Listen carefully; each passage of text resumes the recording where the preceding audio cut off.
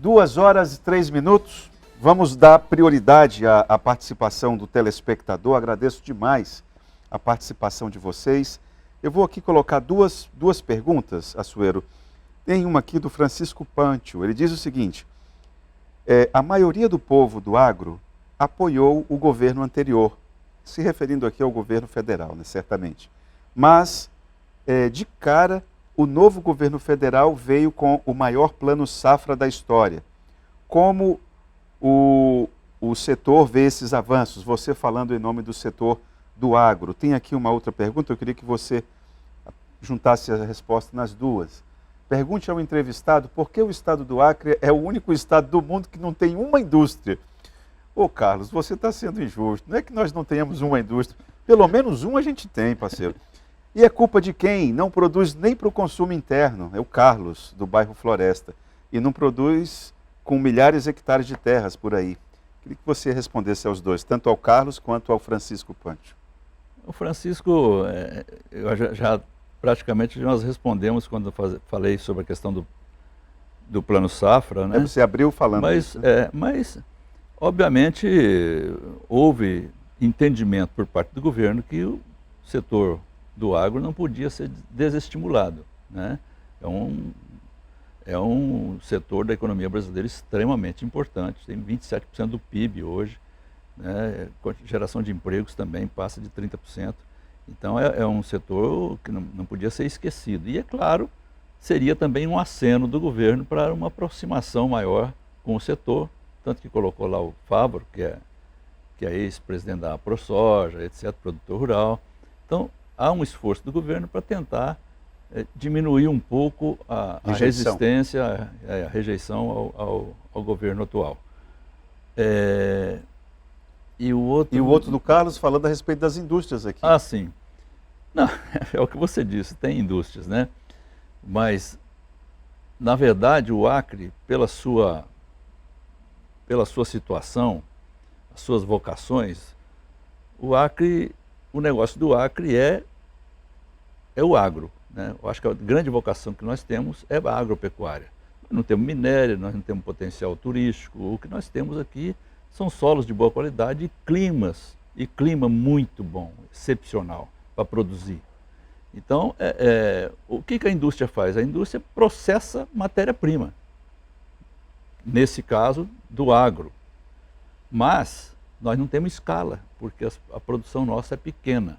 E aí eu volto lá numa provocação que foi feita até pelo Itaã sobre aquele negócio de desmatamento que o Eufran falou, né?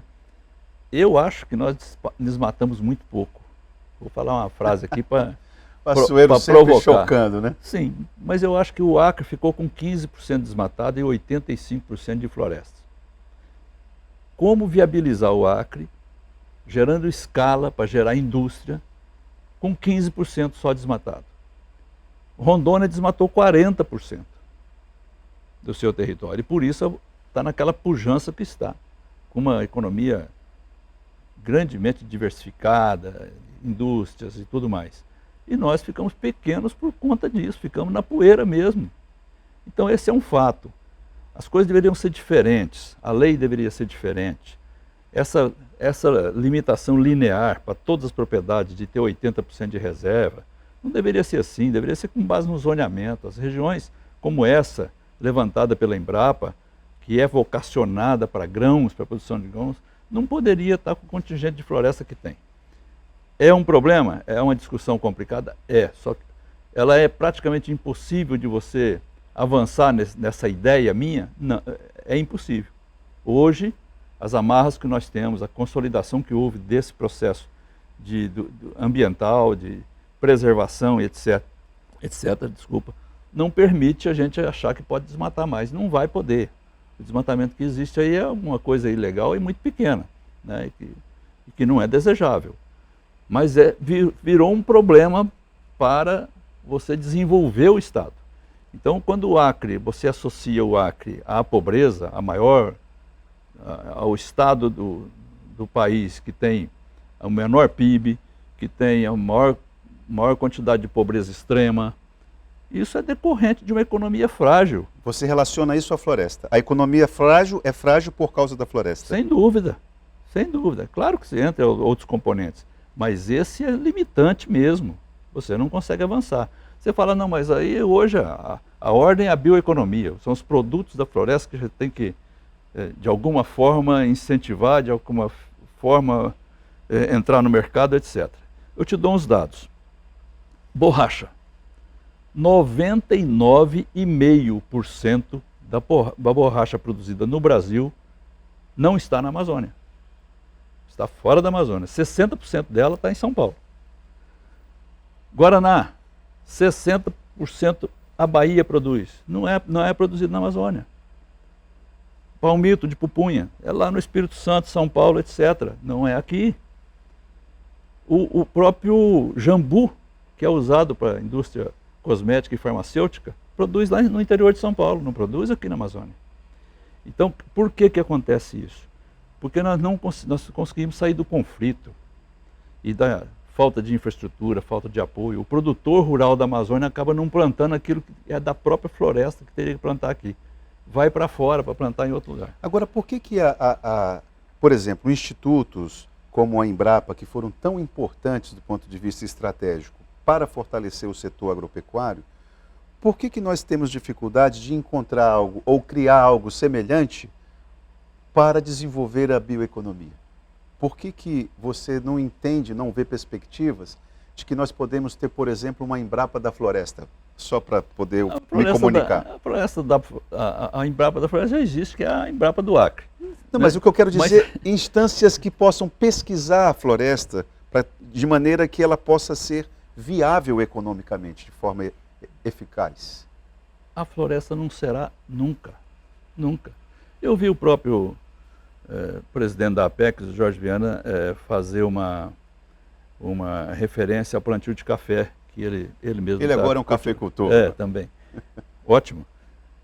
Mas ele fez, para amenizar um pouco, talvez, essa história dele estar fazendo agricultura, e a agricultura, ele fala que o café é compatível com a floresta. Por que o café é compatível com a floresta? Para você plantar café, você não tem que derrubar a floresta?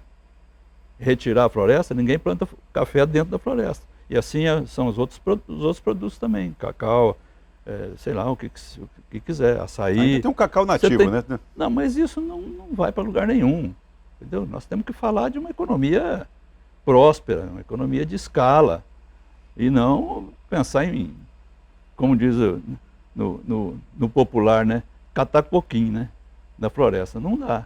Então, essa valorização da floresta que se criou hoje, que é um fato, e que se você contestar, você leva pau, como eu vou levar, mas o fato é que o espaço para produzir que nós temos hoje ficou pequeno. É pouco. É pouco. Então, você não consegue fazer a tal da economia de escala, né? Então, vamos ter que rebolar aqui para ver como que a gente trabalha, como que a gente insere, melhora os índices de produtividade, especialmente dos pequenos produtores, incorporando mais tecnologia, tudo isso vai acontecer. Mas mesmo assim, é um processo complicado quando você fala de escala. Olha, o professor Farias está dizendo aqui, o latifúndio sempre foi combatido nos Estados Unidos, enquanto aqui estamos nas mãos de uma elite. O presidente da FAIAC acredita que nesse governo as coisas possam mudar? Eu vou só lembrar aqui, fazer só uma ressalva, quando ele fala que o latifúndio sempre foi combatido nos Estados Unidos, é porque nos Estados Unidos há uma situação específica. Para o norte dos Estados Unidos, quando foi feita a colonização ali, a ocupação daquele território, houve um estímulo à pequena propriedade no norte. No sul, foi estimulada a grande propriedade. Tanto é que é no sul que estão as grandes fazendas,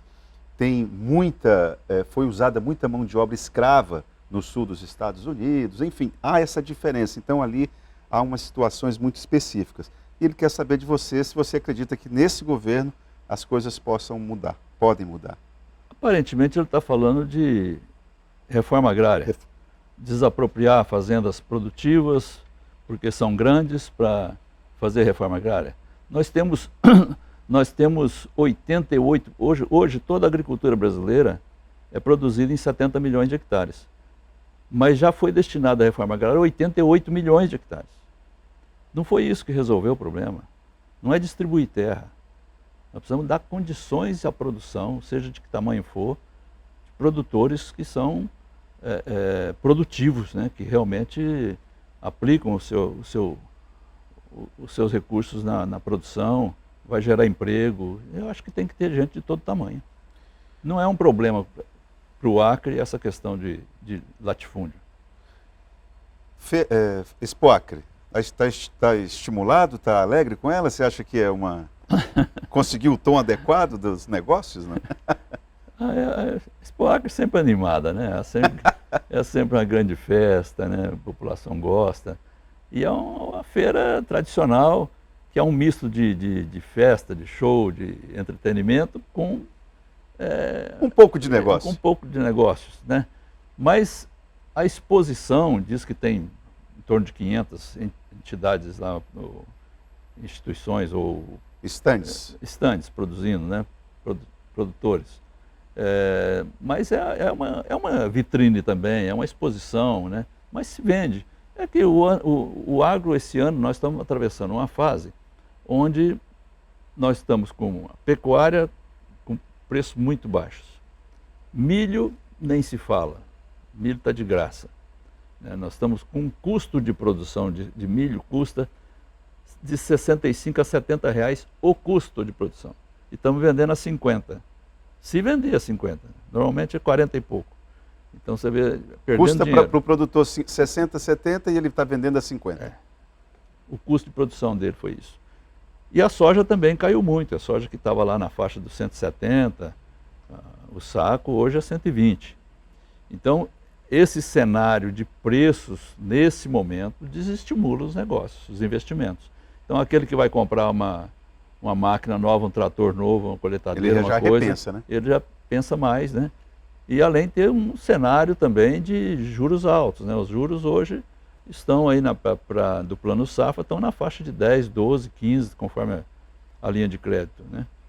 Tem alguma coisinha aí de 7%, mas realmente é um cenário que não é muito favorável ao investimento neste momento. Mas é sempre assim, o produtor ele já tem que estar calejado com couro grosso para saber desses ciclos, né? Sim. E aí é se preparar para momentos de baixa. O ciclo da pecuária agora, que é realmente por conta de um ciclo, né, que o preço estava alto, todo mundo retém fêmea, e aí, entendeu, começa a produzir muito bezerro, aí o bezerro cai o preço, que é o que está acontecendo hoje. Então, principalmente os pequenos produtores, é preocupante, porque aqueles que fizeram investimento, compraram vaca, para poder vender bezerro porque o bezerro estava bom, o negócio caiu muito.